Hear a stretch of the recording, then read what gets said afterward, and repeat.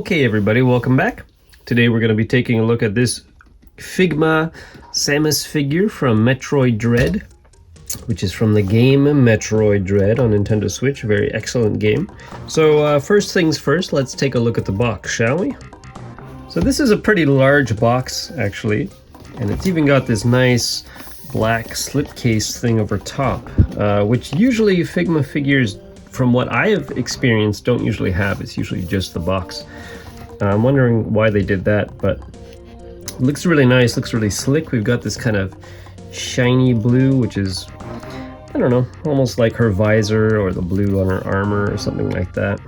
Saying Samus Aran Dread version. Up top we've got Good Smile, Figma, and Metroid Dread.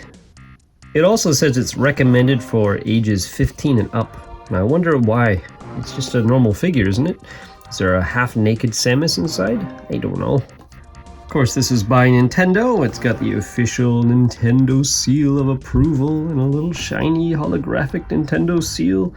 Very nice. Looking at the side, we've got the same information there. Really simple, really slick. On the top, we've got same thing, just information. Bottom is the barcode. And then on this side, this is what's, I guess, the interior packaging is going to be like. Got a nice graphic of the figure there. Some red space theme imagery. And then on the back, we've got a lot of good looking shots of the figure. So you can see lots of poses and things like that. She's got the morph ball and all these things like that. But we'll see all that when we open it up. And then just your basic technical information. So let's take it out of the slipcase here and see what we got. Okay, there she is inside. Well, it looks pretty big. On some of her accessories, we got a nice big clear window there. Nice graphic of the figure. I guess this is number 583. On the side, more posing. That seems to be almost the same as that shot over there.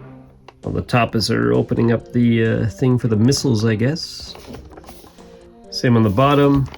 And we saw that on the side before. Okay, so let's open her up.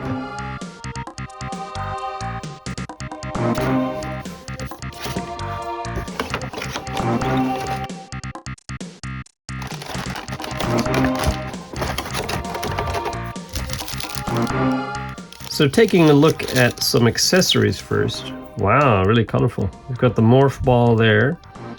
I guess that's to peg it into a stand or something. Really vivid. Got a nice glowing green there, I like that. As well as this kind of chrome red, shiny, and then the blue too. I guess it's hollow. It doesn't feel heavy or anything, but it does feel sturdy. Nice. Also got the opened up arm cannon. I finished the game, I beat it, and I can't remember if when it opens like this, if that's specifically for the missiles, or during the game she has these special attacks to defeat bosses and the the like robot enemies in it. I don't remember which one this is, because this is open and this is open. It might be for the super special attack, or maybe just the missiles, I forget. Lots of nice paint on there. No real shading or anything like that, but as you can see, lots of little paint apps, the blue little highlights here and here. These don't actually move. I don't want to push it too much, but they look hinged, but I don't think they actually open or close. Then in here, this is kind of a neat little addition that they did. So this is supposed to be one of the wall platforms of the game, and it's magnetic. So what you'll do is you peg the figure into this, boom, and then you can stick her up on the wall or, you know, your refrigerator or whatever. I'll set this up and check it out and show it as we get into it. But that's kind of neat.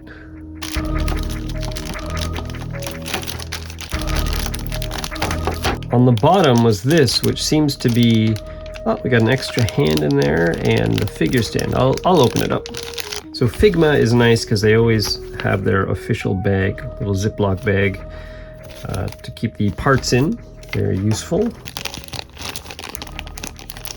So we've got an extra set of hands here, which is nice. Now, of course, these are the same hand because the other hand's going to have the arm cannon. Cool detail there. I like the knuckles. Almost looks like a spacesuit type thing with the way the fingers are. And then this is an extra peg in case you break like a wrist peg or something. And this stuff here is all stand. I'll leave that in for the moment, and then maybe when we get her all together and out, I'll open that up. And now the figure itself, Samus. Just out of the box, she looks really good. So the first time I saw the suit, it's so different from her other Metroid suits. And as you play the game, the colors change and the style changes, and it ends up looking a bit more like her classic suits. But this look did grow on me. Actually, I like it now. It's so different, but it does look pretty cool. And it is kind of a reasonable evolution of what happened to her suits in the previous games that came before this. So lots of different paint applications here, as you can see. And a lot of it has almost like a little sparkly, chromy look to it, the blues and the reds. This green, too, on her arm cannon. I think they did a good choice with the neon green here, trying to help emulate the look of the suit in the game. I'm not sure, but it almost looks like that can glow in the dark a bit. I'm not going to be able to show it really on camera, but just when I cupped it in my hands, it seemed to glow a little bit. That might just be the outside light affecting it, but if that actually does glow, that's a really nice touch. You can see all the sinewy, almost organic lines here on the blue, and lots of little mechanical line work and everything all throughout the body. She's got a really nice effect on the visor too, where it almost looks transparent the way they did it. I'm not sure what they did, if it's just the paint, I guess. Just like a sparkly paint, but it does kind of have that look. Really cool stuff going on back here too. That almost looks like her ship a little bit. It has kind of a similar design. These shoulder pieces here are actually on like a little floaty thing, so that they don't hinder the articulation. You can actually get her arms up. Oh, they pop out a little easy, I guess, but that kind of helps. Lots of freedom there, so you can really move her around without this getting in the way. So let's try some of these alternate parts on her, shall we? You just pop out the hands like that, very gentle. So normally you want this black peg sticking in. All these alternate ones here have this little clear thing that should just come out, and I guess that's maybe so you can, pop them into a holder or a rack or something. I'm not really sure, but anyways, you can just pop that out. Take out the black piece like that. I believe the short end is to go into the hand, and then the longer end goes into the wrist hole there. So maybe that one is like pushing some buttons or something like that, or interacting with something or holding, but there's nothing really for her to hold on to. And the other is this splayed open hand, and this is definitely for her to be attacking with and stuff like that, to be holding her gun as she attacks. So something like that, I guess, just to kind of support her gun arm. Looks pretty cool. Or something like that, which is the shot on the box there. This hand is also good for a little sassy hand on hip pose, which actually looks pretty good. Maybe with that up. Nice. So let's try the big cannon arm on, shall we? That just slides off pretty easy like that. That's a nice looking, I like that. It's a good design.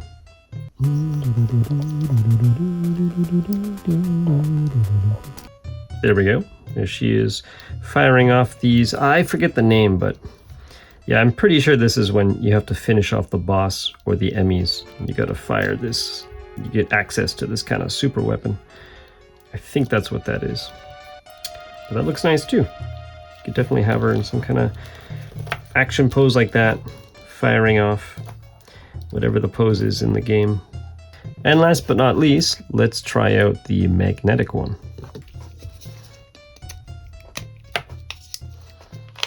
So this would stick to a magnetic surface. Then you've got her kind of firing off at whatever's in the distance there, or ahead of her, or something like that. I'll take this, I don't know, to the refrigerator or something and do a little extra footage and show you how that looks. But she hangs on well. The foot just kind of pegs in, and then the hand kind of pops in a little bit more, but she's fairly sturdy, I think. So there it is, stuck on my refrigerator. As you can see, she stays pretty well.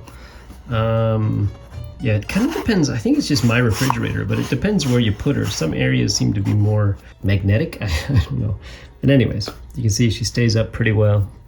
looks pretty good. And you could pose her kind of however you want, you know. Nice. Now to go over articulation, let's see what we got. Her head has 2 points, I believe, one up in the neck, at the top of the neck, one at the bottom. You can actually see she's got a little extra stuff going on in the neck. That gives about that much range of movement, which is kind of all you need. She doesn't have that much in the game anyways. That looks pretty good. The shoulders are pretty complicated. So like I said, they've got this floating little piece for the shoulder pad. Then they've got this to kind of help mask when she's stretching extra. As you can see, that ball just pops into there, then you've got another one there to give her some range. I find this arm pops out fairly easy. This one hasn't at all. Maybe that's just my figure, but it's not falling out. It's just if I go too far, then it tends to pop out. But she does have a pretty good range of motion. She can go pretty much straight out. She can also cross fairly far in like that, so you can see, and it doesn't look too bad. You could probably put that right there to kind of hide it. Yeah, it looks pretty good. She can go straight up as well, and of course straight down. For the elbow, that's about as far as the gun hand goes. The other one though, that's fairly decent, can go up pretty high. Of course there's no wrist or any kind of articulation on the cannon arm, but on the other hand, she can go about that far, I would say. Pretty standard range of motion there. On the torso, she's got this kind of chest one here for about that much range, which is actually pretty decent. She can go back that much and side to side, and a full twist, I guess, if you want to kill her. And she's also got this hip joint down here, so those two together, she can go fairly far down and fairly far back and kind of shift her weight a bit, things like that. The hips can kind of shift up or down like that, as you can see. She's got good range there too. She can get her knees right up. So if you wanted her sitting down or crossing her legs or something, that seems to do just fine. And when you return her back, you just kind of gotta set them back so they look nice. But that seems to be a connected piece in there because they both move together. You can also turn them in or spread them out that way. The knees are pretty good, got a nice range, and they don't actually look that awkward altogether. A lot of figures, this looks really awkward when they do this, but I think because she's so mechanical, it doesn't really stand out that much. At the ankles, this piece here can actually flip up and down, which is nice because then you can go down that far, but you can also go in and it completely gets out of the way. So that lets her, you know, push up against a wall or something like that. This back piece also goes as well to give you a little bit more range. And then the foot, or rather the toe, has a pretty good range there as well.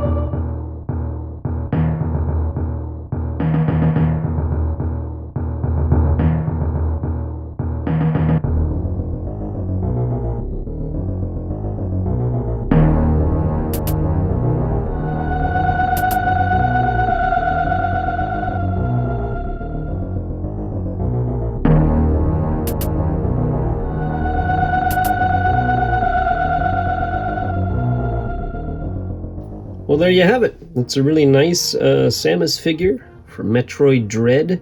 In that game, there's a lot of different suits that she gets as she upgrades, just like any of the other games.